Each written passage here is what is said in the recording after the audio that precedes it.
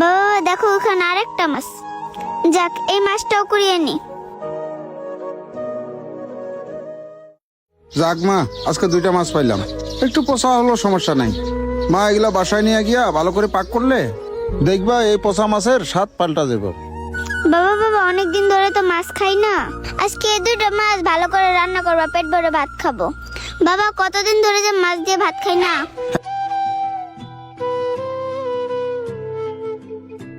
দুই একটা মাছ পচে গেছে, এগুলো দেখে ফেলাই দিতে হবে।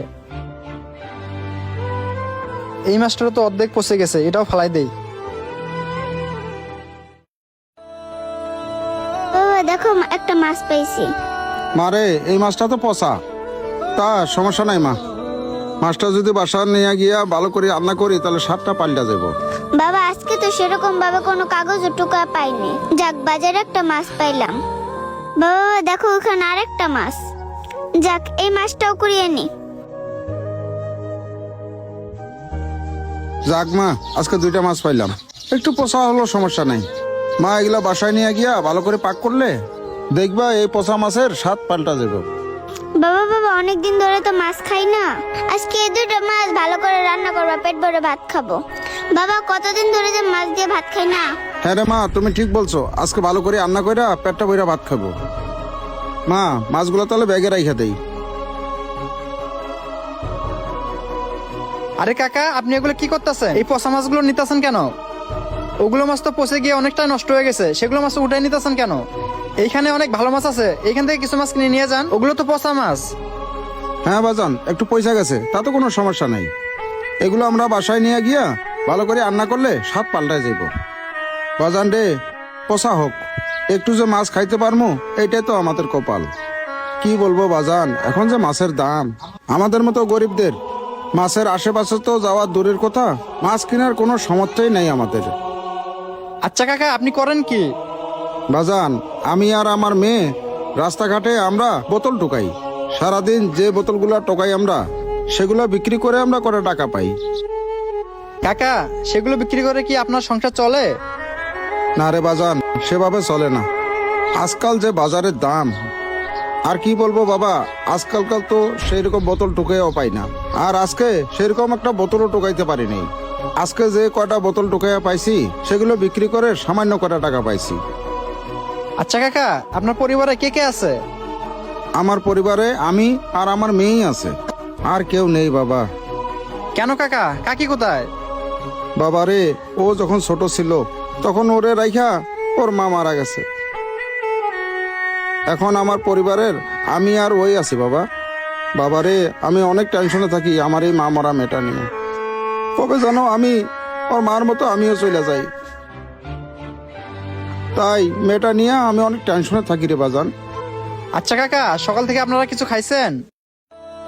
না রে বাজান, সকাল থেকে সেরকম কোনো খাওয়া দাওয়া হয় নাই। বাজান, আজকে যে মাছগুলো টোকায় পাইছি, এগুলো আমরা বাসায় নিয়ে গিয়া রান্না করে খাবো। আর এই দেখেন বাজান, আজকের বাজার।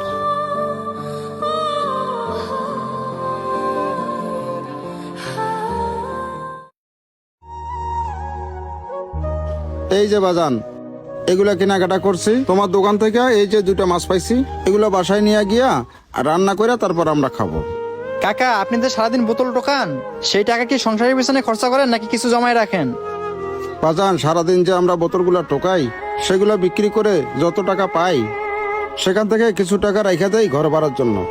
বাজান রে, প্রতিদিন সাদা ভাত খাইতে আর ভালো লাগে না।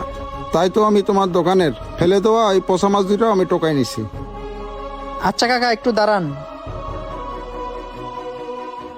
কাকাকে এখান থেকে একটা ভালো মাছ দেখিয়ে দিয়ে দেই। কাকা, আপনি এটা নেন, এটা তাজা মাছ। এটা বাসায় নিয়ে যা রান্না করে তারপর খাওয়া দাওয়া করেন। আর ওই পচা মাছগুলো ফেলাই দেন। ওই পচা মাছগুলো রান্না করে খেলে আপনাদের শরীরের ক্ষতি হতে পারে। আপনি এই মাছটা নিয়ে যান।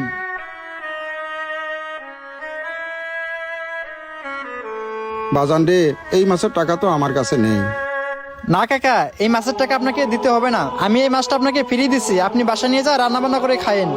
আরে কি বলতেছো বাজান, এটা যদি আমারে দিয়ে দাও তাহলে তো তোমার অনেক লস হয়ে যাবে। না না বাজান, এটা তুমি নিয়ে নাও।